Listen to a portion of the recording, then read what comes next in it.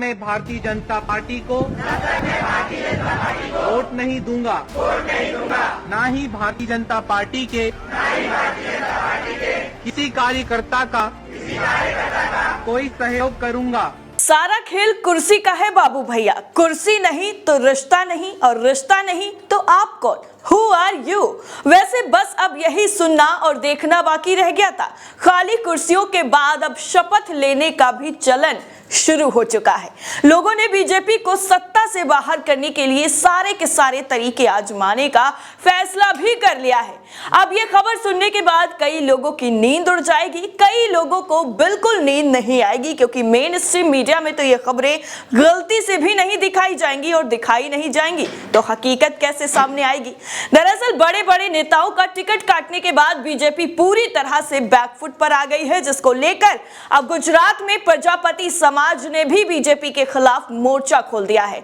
BJP को एक भी वोट ना देने की शपथ ली जा रही है और बाकी लोगों को भी बीजेपी से होशियार रहने की बातें कही जा रही हैं।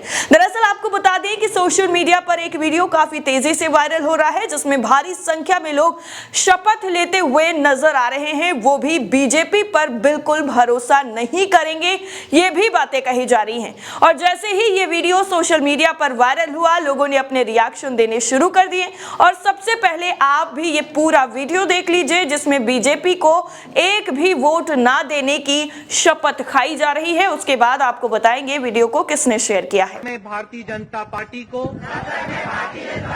वोट नहीं दूंगा, ना ही भारतीय जनता पार्टी के किसी कार्यकर्ता का कोई सहयोग करूंगा। वीडियो सुन लिया आपने और बीजेपी के खिलाफ लोगों के अंदर कितना ज्यादा गुस्सा है ये भी आपको साफ तौर पर नजर आ रहा होगा। अब आपको वो ट्वीट दिखाते हैं जिनकी तरफ से इस पूरे वीडियो को शेयर किया गया है। विनी करके ट्विटर यूजर हैं, इन्होंने लिखा है, भाजपा को वोट ना देने की शपथ लेते हुए गुजरात में प्रजापति समाज। और ये वीडियो इन्होंने शेयर किया है, जो वीडियो अभी आपने देख लिया है। शौकत शेख करके ट्विटर यूजर हैं, इन्होंने लिखा है, भाजपा को वोट ना देने की शपथ प्रजापति समाज ने ले ली है, मगर ईवीएम को क्या पता कि लोग अब वोट नहीं दे रहे हैं, ईवीएम तो अपना काम करेगा ही। एपी बॉस करके ट्विटर यूजर है, लिखते हैं, भीख नहीं हक सरकार मांगीला, बेरोजगारी वाले साहब रोजगार मांगीला, नोन तेल पैसा ना उधार मांगीला, बेरोजगारी वाले साहब रोजगार मांगीला, खेत बाड़ी जमीन ना वखार मांगीला, बेरोजगारी वाले साहब रोजगार मांगीला। और इन्होंने सीधा इसी वीडियो पर कमेंट करते हुए ये पूरा लिखा है और कहा है कि जो वादे आपने किए थे नौकरी देने के, उन वादों का क्या हुआ? आप उन वादों को करके भूल गए हैं, लेकिन हम आपसे कोई खेत नहीं मांग रहे हैं, कोई घर नहीं मांग रहे हैं, हम आपसे सिर्फ और सिर्फ रोजगार मांग रहे हैं। बेरोजगारी वाले साहब हमें रोजगार दे दीजिए। सुजीत प्रधान करके ट्विटर यूजर हैं, लिखते हैं, अब की बार कांग्रेस सरकार, अब की बार कोई और नहीं आएगा, सिर्फ और सिर्फ कांग्रेस ही आएगी। डीजी हल्देर करके ट्विटर यूजर हैं, लिखते हैं, कितना छुपा रखेंगे, सच एक दिन सामने आने वाला ही है। और जिस सच को बीजेपी छुपा रही थी वो अब सच निकल कर सामने आ गया है। वो कहते हैं ना कि किसी भी चीज को कब तक आप छुपा कर रखेंगे, कभी ना कभी तो वो बाहर आएगी, और जब बाहर आएगी तो आपकी फजीहत इसी तरीके से होगी। वैसे भले ही बीजेपी अपने खेमे की बगावत को काबू करने की पूरी कोशिशें कर रही हो, क्योंकि ये जो पूरी घटना हुई है वो दरअसल इसी वजह से हुई है क्योंकि इनको टिकट नहीं दिया गया, प्रजापति समाज के लोगों को टिकट नहीं दिया गया, और इसकी वजह से ये पूरी टेंशन पैदा हो गई है। इस बार तो प्रजापति समाज ने बीजेपी के खिलाफ जो मोर्चा खोला है वो आपको और ज्यादा बीजेपी की नई नई जो नीतियां हैं उनकी सच्चाई बयां कर रहा है, लेकिन ये प्रजापति समाज का है। अभी कुछ दिन पहले ही त्यागी समाज ने भी बीजेपी के खिलाफ लोगों को इकट्ठा करने का बीड़ा उठा लिया था। दरअसल जो उपचुनाव हुए थे उससे पहले ही नवादा गांव में त्यागी बिरादरी के लोगों ने बैठक करते हुए बीजेपी का बहिष्कार करने और गांव में नहीं घुसने का सीधा सीधा फैसला ले लिया और कह दिया कि बीजेपी के लोगों को हम गांव में बिल्कुल नहीं घुसने देंगे। मुजफ्फरनगर और पश्चिमी यूपी में प्रभावी भूमिका रखने वाला त्यागी समाज जो है वो श्रीकांत त्यागी गालीबाज, जी हाँ, नोएडा में जो ये पूरी घटनाक्रम हुआ था उसकी वजह से योगी सरकार से खफा चल रहे थे, बीजेपी सरकार से खफा चल रहे थे।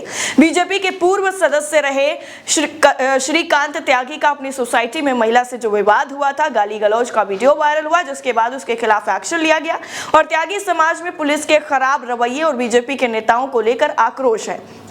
अब खतौली उपचुनाव में इसी वजह से भगवा पार्टी के बहिष्कार करने का निर्णय ले लिया गया। त्यागी ब्राह्मण भूमिहार मोर्चा के अध्यक्ष और किसान नेता मांगेराम त्यागी ने भी नवादा गांव में हुई बैठक के बारे में बताया। उन्होंने कहा कि हम सब ने मिलकर बीजेपी को वोट नहीं देने का फैसला लिया है। ये गांव मुजफ्फरनगर में त्यागियों की राजधानी है। हम ये बात कभी नहीं भूल सकते हैं कि सत्तारूढ़ भाजपा ने श्रीकांत त्यागी और उनके परिवार के साथ कैसा सलूक किया है। आज हमने इस गांव में बैठक करके सभी लोगों से बीजेपी को वोट नहीं देने की अपील की है।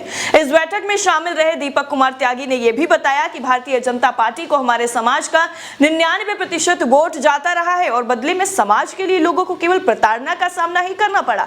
इस बैठक का उद्देश्य समाज के सभी लोगों को एक प्लेटफॉर्म पर लाना था। श्रीकांत को भाजपा से जुड़ा हुआ बताया गया और नोएडा में हुए विवाद के बाद उसके फ्लैट और बाहर के एरिया में अवैध अतिक्रमण पर बुलडोजर चला दिया गया और जिस तरीके से उसके परिवार के साथ जो व्यवहार किया गया पुलिस की तरफ से, जो इनकी तरफ से बताया गया, वो इन लोगों को बिल्कुल समझ नहीं आया और उन्होंने कहा कि हम वोट देते हैं लेकिन हमारा हमेशा से ही मजाक उड़ाया गया है। सांसद महेश शर्मा से लेकर कैबिनेट मंत्री संजीव बालियान तक किसी ने भी हमारे लिए एक शब्द भी बोलने का काम नहीं किया। हम लोगों के ऊपर 5-5 मुकदमे लगा दिए गए। जितने भी नेता हैं किसी ने भी त्यागी समाज के बारे में कुछ भी नहीं किया है। इस तरीके से उन्होंने कहा और उन्होंने कहा, यह भी कहा कि हम भले ही नोटा का बटन दबा देंगे लेकिन बीजेपी को वोट नहीं करेंगे। और इतना ही नहीं, अगर बीजेपी की बात की जाए तो टिकट जो उन्होंने काटने की गलती की है, बिल्कुल इसको गलती ही कहेंगे, जो क्योंकि जब से टिकट कटे हैं उसके बाद से ही बीजेपी के अपने ही खेमे में बगावत हो गई है। बीजेपी की राहों में और ज्यादा कांटे उनकी खुद की पार्टी के लोगों ने ही बिछा दिए हैं, जिसके बाद बीजेपी को एक्शन लेना पड़ा है। दरअसल आपको बता दें कि गुजरात विधानसभा चुनाव में टिकट ना मिलने पर जो बगावत करने वाले नेता थे उन पर बीजेपी ने एक्शन ले लिया। बीजेपी ने घोषित उम्मीदवार के खिलाफ निर्दलीय चुनाव लड़ने वाला 12 नेताओं को 22 नवंबर को ही निलंबित कर दिया। इन नेताओं ने टिकट नहीं दिए जाने के बाद निर्दलीय उम्मीदवारों के रूप में नामांकन दाखिल किया था और गुजरात विधानसभा चुनाव के पहले चरण में ये सभी 7 उम्मीदवार टिकट मांग रहे थे। बीजेपी के प्रदेश अध्यक्ष CR पाटिल की तरफ से जारी एक पत्र में यह कहा गया कि इन नेताओं को पार्टी विरोधी गतिविधियों में शामिल होने के आरोप में 6 साल के लिए पार्टी से निलंबित कर दिया गया। बीजेपी ने यह भी बताया जिन नेताओं को हटाया गया है वो कैसे अपनी ही पार्टी से बगावत कर रहे थे, इसलिए उन लोगों को सबक सिखाना जरूरी था। दरअसल गुजरात में बीजेपी ने 42 मौजूदा विधायकों को टिकट नहीं दिया है। पार्टी ने जब 160 उम्मीदवारों की अपनी पहली सूची जारी की थी उसमें 38 मौजूदा विधायकों को टिकट नहीं दिया गया था। पार्टी के कई बड़े नेता पूर्व मुख्यमंत्री विजय रूपाणी और पूर्व उप मुख्यमंत्री नितिन पटेल भी चुनाव नहीं लड़ रहे हैं। गुजरात में 1 और 5 दिसंबर को जिस तरह से 2 चरणों में मतदान होना है और इसका पूरा रिजल्ट जो है वो 8 दिसंबर को आएगा, ऐसे में एक के बाद एक बीजेपी को जो तगड़ा वाला झटका लगता जा रहा है लोगों की तरफ से, उनको जो निराशा मिल रही है, चाहे वो रैली की बात हो या फिर अब शपथ ग्रहण की बात हो, सीधे सीधे बीजेपी को ये चेतावनी दी जा रही है कि अगर अब भी आप नहीं सुधरे तो आपको जनता यहां से भी पूरी तरह बाहर कर देगी। इस पूरी रिपोर्ट को लेकर और बीजेपी के खिलाफ हुई शपथ ग्रहण पर आपकी राय क्या है, कमेंट करके जरूर बताइएगा। मिलते हैं अगले वीडियो में नए टॉपिक के साथ, तब तक के लिए जय हिंद।